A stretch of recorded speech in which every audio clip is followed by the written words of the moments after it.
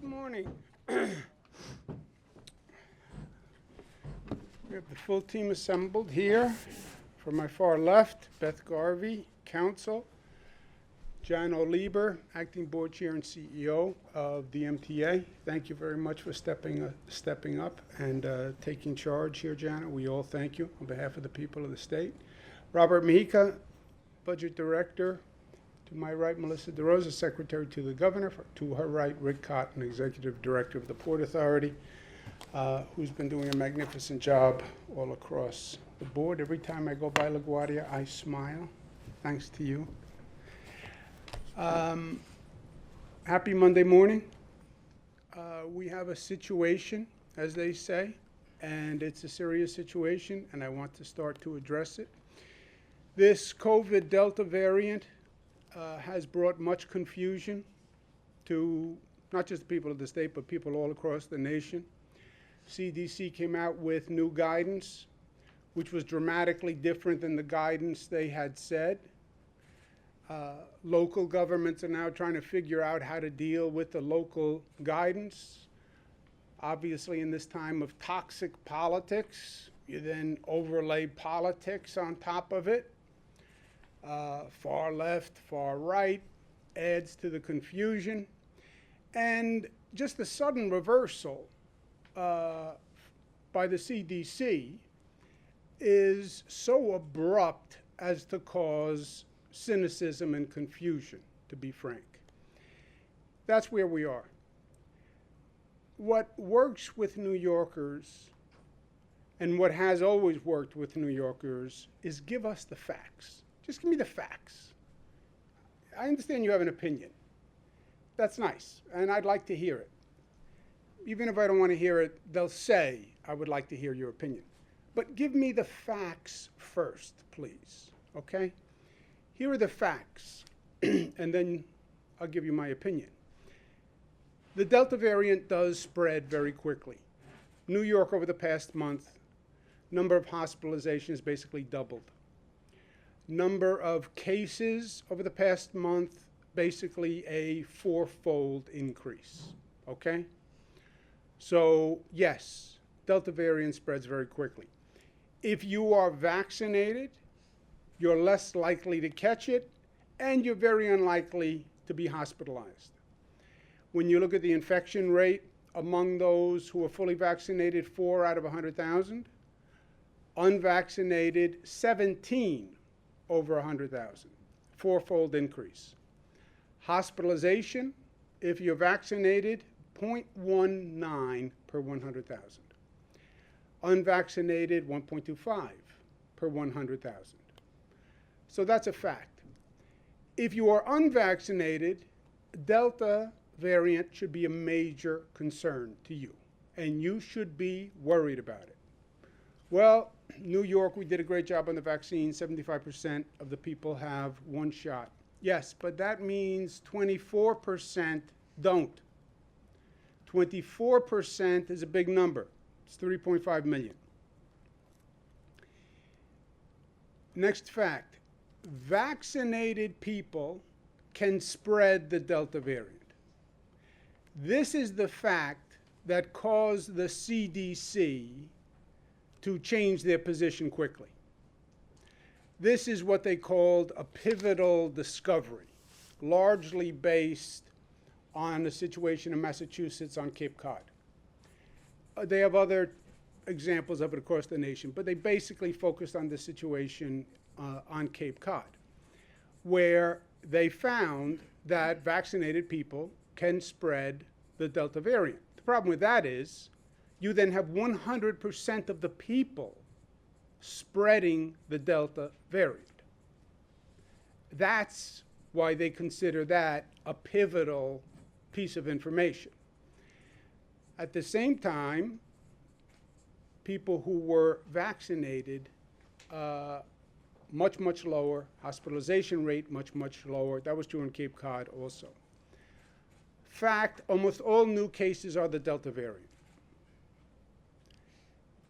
That's also not a good fact. Well, how bad can this get? What are we worried about? How anxious should I be? Because now I'm in a state of anxiety because of all these changes and sudden reversals, and CDC says this, CDC says that. Local politicians don't know what to do. How bad can it get? Nobody knows. Nobody knows. Could get very bad. And then it's a set of assumptions. If 25% of the unvaccinated get sick, that's 1.79 million cases of our unvaccinated. 50%, that's 3.5 million cases. 75%, that's 5.3 million cases. Well, how many cases did we have before? All of last year, we had 990,000 cases. In total, we had 2.1 million cases. So you see that if it spreads aggressively among the unvaccinated, numerically, we would have a problem. What's their worst fear? When I talk to the national experts, it's my New York bluntness. I said, give me the worst case scenario. Worst case scenario, a large number of unvaccinated get sick, and even worse than that, the Delta variant mutates to a vaccine-resistant virus. And now we're right back to where we started. Everybody has to get vaccinated again. And by the way, you have to come up with a vaccine for this new mutation. That's, in my opinion, from talking to them, that's the fear that's really driving them. Fact, denial of COVID failed the United States as a policy and a strategy. That is a fact. What happened last year on the federal side, what happened with President Trump, what happened with the states that were slow to respond, those who lived in a state of denial, it failed. It just failed. We know that from the facts of last year. New York State had the highest infection rate. We had it first. The planes, they thought it was in China. The virus went to Europe. The planes from Europe come, they land here. And New York exploded. But we exploded alone, if you remember. And the other states didn't have it. And they just looked at us. And they said, oh, it's you New Yorkers. Must be something about New York. Must be something in the water. Maybe it's your lifestyle. Maybe it's your accent. But it's a New York problem. It's not coming here. I sat at this table and others every day saying, what is New York is not unique in this regard. And it is going to go to other states. No, no, no, it's going to be gone by Easter. It's going to be gone next week. It's going to be gone. This is all overblown. This is all politics. Oh, yeah? The other states didn't act? Look what happens. We act aggressively. We get the virus under control. It continues to grow in other states. When you now look back, Florida had more cases, Texas had more cases, California had more cases. Why? Because they did not act quickly. They did not act quickly. New York, at the end of the day, winds up number 26 in terms of cases per 100,000 in this nation. How can that be? You were number one for months. Yes, but we acted and they didn't. That's why. And that's what happened. And that's the lesson. Nursing home deaths. They politicized the whole issue. Oh, the Democratic governors in Democratic states, we should investigate. We're number 31 in nursing home deaths. Number 31. It was all part of the political strategy to deny. Part of the denial strategy was, we don't really have a problem here. It's those Democratic governors mismanaged it. That was not true. That was not a fact. It was part of a political denial strategy, and it allowed it to spread in other places. This is my opinion. It's not a fact. Okay, so what do we do now? Everybody has to get vaccinated. Outreach, outreach, outreach, deploy community groups. deploy people who have credibility in the community, religious leaders, educate people who still think that this is made up and it's a problem and nobody really tested this, and incentivize the vaccinations. President Biden, $100 per vaccine, free pass to the movies, whatever incentives you can come up with. Private businesses, I am asking them and suggesting to them, go to vaccine-only admission. Go to vaccine-only admission. We did this. Radio City Music Hall, months ago, reopened vaccine only. Sold out all the shows. Sports arenas, they went up to about 90% vaccine only. Private businesses, bars, restaurants, go to a vaccine only admission. I believe it's in your best business interest. You know, if I go to a bar and I want to have a drink and I want to talk to the person next to me, I want to know that that person is vaccinated. If I go to a restaurant and I'm sitting at a table and the table right next to me, I want to know that they're vaccinated. I believe it's in your business interest to run a vaccine-only establishment. We're the first state in the nation to have something called the Excelsior Pass. Rob Mujica made it a reality. We have passes. They're on apps. They're on phones. It's very simple. You can operate a restaurant and just say, you have to show that you were vaccinated when you walk in the door. It's going to help your business, not hurt it. Call Madison Square Garden. Call Radio City Music Hall. Call the Nets. Call the Islanders. Call the Mets. Call the businesses that have done it. Call the theaters that have done it. If you say to people, well, if you don't have a vaccine, you can't get into these establishments, then you'll see a real incentive to get vaccinated. And again, with our Excelsior Pass, you can do it easily. Local governments follow the CDC mask guidance. It is up to the local governments. CDC doesn't mandate local governments do it. They recommend. The state has strongly recommended that local governments do it. But it's up to the local governments. The only way you overcome the local governments is with a state law, which is what we did last time, if you remember. And that cleared up all the confusion, and it basically said it doesn't matter what the local governments decide, the state has control. We're not there. So it's up to the local governments. But local governments, you should adopt that CDC mask guidance. Learn the lesson from last year. Don't deny reality. Better safe than sorry. Well, people will be upset if we do it. People are going to be upset no matter what you do. So show leadership and do it and save lives. Whatever policy they set, they then have to enforce. Let's not make the mistake we made last year, where they set policies, but that they didn't enforce. So we had in New York City, 300 people in front of a bar with no masks and no enforcement. Because when people see you're not enforcing the rules, then they think it's all a mockery. Then you're being arbitrary and capricious, and you don't enforce it anyway, so they're not going to do it. Everybody is talking about a mask policy. Mask policy will be important, but I don't believe a mask policy is going to be enough. I think we're going to have to talk about a vaccination policy. What does that mean? Well, we've taken the first step. Federal government's done it, state government has done it, some local governments have done it, which is you either have to get a vaccine or a weekly test.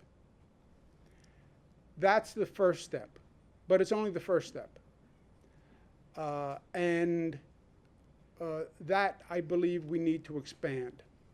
Today, the MTA, Port Authority, thank you very much, are adopting that policy starting Labor Day in New York. Port authorities, New York and New Jersey. So that's the first step, vaccine or weekly test. I believe school districts should say today, teachers, vaccine or test if you are in a CDC high-risk area, the red or the yellow zones. I think they should say that today to the teachers in this current situation. For public-facing people who are in a high-risk situation, I say there should be a mandatory vaccine policy. And we put one in place in New York State. It is the first state in the nation to do it. In our hospitals, public-facing employees must be vaccinated. Not vaccinated or test once a week. You must be vaccinated. Oh, that's a very harsh measure and no other state has done it. Yes.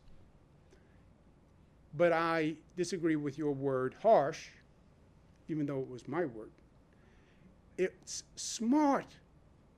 It's smart. If you are a receiving nurse, receiving doctor, people are coming in from the public, and you're dealing with dozens of people, maybe hundreds of people, you should be vaccinated. You should be vaccinated. Or don't work in a frontline position. We put this in place. It is controversial. I believe in it. I understand the controversy. But it is smart. I believe it should be extended. Legally, I can only do it for our own hospitals. I believe this should be extended now to other public hospitals. New York City runs hospitals, H&H. Put in a mandatory vaccine policy. You're a frontline worker in a New York City public hospital, mandatory vaccine. Well, the state did it first, and you can use the precedent of the state. Counties run hospitals. Local governments run hospitals. Government is supposed to lead. Mandatory vaccine for public-facing healthcare workers. And then watch the numbers and adjust as the numbers adjust. But everything should be on the table, and we should start talking about it now, because if these numbers rise and start to rise quickly, it can't be that we're not ready to move. If the numbers don't come down, I think you have to consider mandatory vaccines for nursing home workers. You know the nursing homes are the high-risk population. We learned that in a painful lesson. How did it get into the nursing homes? It came in with an aid. Mandatory vaccination for nursing home workers, if the numbers go up. Mandatory vaccination for teachers, if the numbers go up. Why? Teacher is in front of a classroom. How many kids does a teacher interact with during the course of a day? 30, 40, 100, 150? That child can get the virus and go home. Why shouldn't the teacher be vaccinated? And if the teacher doesn't want to be vaccinated, fine, but then don't be in front of a classroom if the numbers go up. And then all healthcare workers in all private hospitals who are frontline workers. Why? Because these are the places of intersection. These are the places where one person can infect literally dozens in the course of a day. And I don't believe asking people to take a vaccination is a bad thing. I believe it's a good thing. And 75% of New Yorkers have done it. So it has been accepted as a social policy. And if you want to teach my kids, I think you should be vaccinated.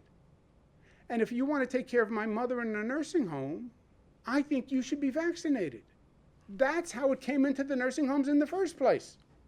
People in the nursing homes are not giving it to each other until it walks in the door. That's the lesson from last year. Right now, this is all up to local governments.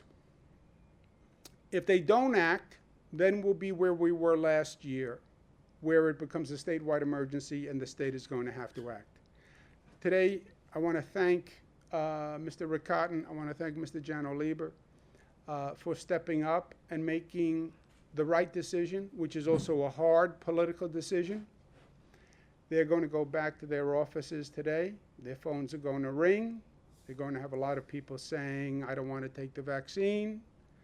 And it's a pain in the neck to get tested every week. And they're going to take that political heat.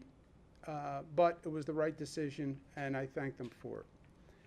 By the way, when you get that phone call, don't say the governor made me do it. So thank them for that. We're also facilitating the testing. We're opening more vaccine sites for state workers, and MTA and Port Authority, et cetera. So there will be testing sites available. It won't be a hardship. But in closing, remember the lessons we learned. If you wait to act until it's obvious, it's already too late. A.J. Parkinson. If you wait to act until it's obvious, it's already too late. The political system normally doesn't act until it's obvious, and they have no choice, because the political system doesn't like to make controversial decisions. Right? Politicians want to make people happy. Well, it's 60-40. Well, then I'm going to offend 40% of the people. I don't want to do it. Sometimes the right decision is not necessarily the political decision. Doesn't mean it's not the right decision. Same situation with the New York shootings, which are just continuing and getting worse. And we saw it over the weekend. It is a fact gun violence crime is out of control in New York City. That's a fact. That is not to be debated. It's not a political statement. That is a fact. Ask anyone in New York City, they will tell you. New Yorkers are smart. They get it. And we have to act. And we are in a state of political paralysis when it comes to the police issue. It's political paralysis. And it's getting worse. Again, denial is not a life strategy. Good news, I believe the man who will be the next mayor and should be the next mayor, Eric Adams, I think he gets this. And I think he's frank and he's blunt about it, and I applaud him for it. And New Yorkers get it. I'm a Queens boy. I get it. Last point. I'm with two of my daughters come up the other day. Twins, Cara and Mariah. And we're going to watch a movie at night. And I say, you pick the movie. They pick the movie. We're watching the movie. During the course of the movie, I selectively prophesize on what I think is going to happen. He's going to move too close to the window. He's going to get shot. When he gets too close to the window, bing, he gets shot too close to the window. A couple of minutes later, he's going to go in the car. He's going to turn on the car blows up. Goes in the car blows up. After the movie, one of my daughters says to me, you know, Dad, that was really amazing how you figured out what was going to happen in that movie. I let her sit with that for a couple of minutes, and then I had to tell her the truth, which is, I said, no, I saw the movie already. It wasn't brilliant analysis of the plot. I saw the movie. We have seen the COVID movie. We've seen this movie. I've seen this movie. Melissa has seen this movie every day through the briefings. Rick Cotton runs the airports, among other things. One of the first people to get COVID because it was coming through the airports. He's seen the movie. Beth Garvey saw the movie. She had to write all the laws. Jano Lieber saw the movie at the MTA. We had to figure out how to disinfect subway cars because the first piece of bad information was surface transmission. Remember that? So we had to come up with all sorts of chemicals and PPE, and then he had to operate a system with no riders. Rob Mujica dealt with it every day in the financial chaos. New Yorkers saw the movie. You saw the movie. You know how this turns out. You know what happens with Delta variant. You know what those facts mean. You know what's going to happen in the movie. Don't wait for what you know is going to happen. We beat the damn thing by being smart the first time. Be smart again. Well, CDC, well, this. New Yorkers did not make a decision the first time because of the CDC. It's because they got the facts, they're smart, and they made a decision on the facts. You have the facts. I'll give you the facts. But make the smart decision because you saw the movie. By the way, you've also seen the movie on homelessness. You've also seen the movie on crime out of control in New York City. I've seen that movie 3 times in my life. You know how the movie ends. Be smart. Let me turn it to Mr. Cotton and Mr. Lieber for comments. And again, I thank them, and then we'll take questions. Governor, as you know, throughout the pandemic, Port Authority has taken a multitude of actions to implement health and safety protocols. We've done it at our facilities to protect the health of travelers. We've done it at the agency to protect the health and safety of the employees. Port Authority always has looked to each of the states for public health guidance, and that is what we're doing now with respect to the Delta variant.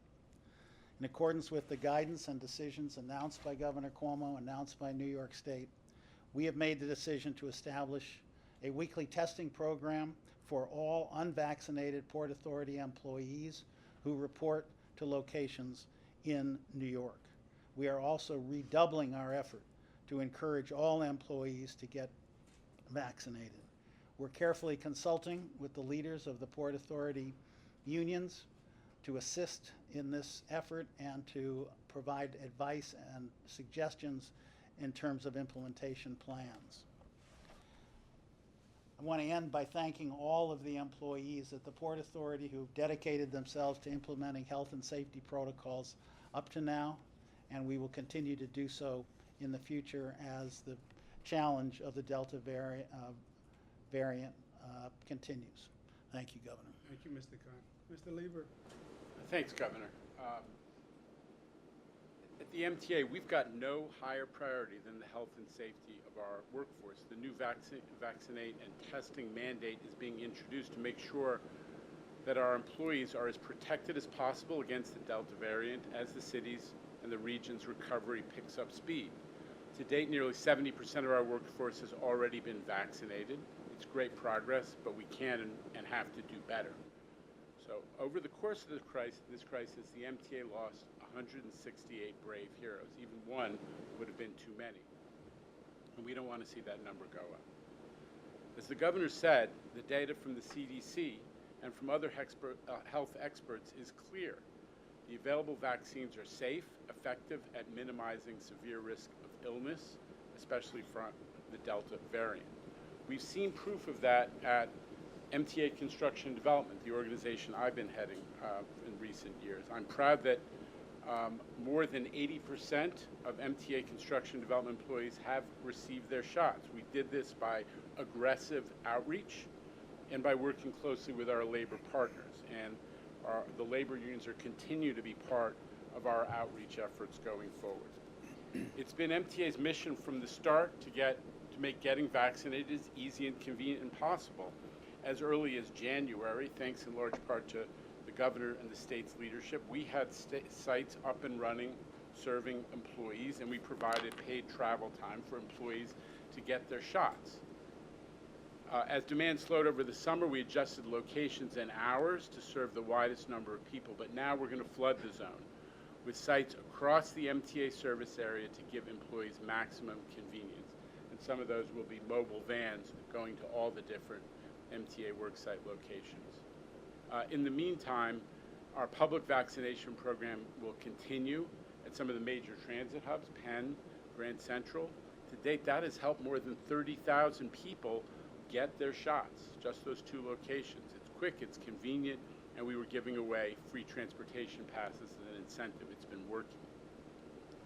Listen, transit workers have carried the city and the region on their backs. If we're going to bounce back stronger than ever, we all need to step up and get our vaccinations to protect ourselves, our families, and the public at large. Thank you, Governor, for your leadership on this issue. Thank you. Thank you, General.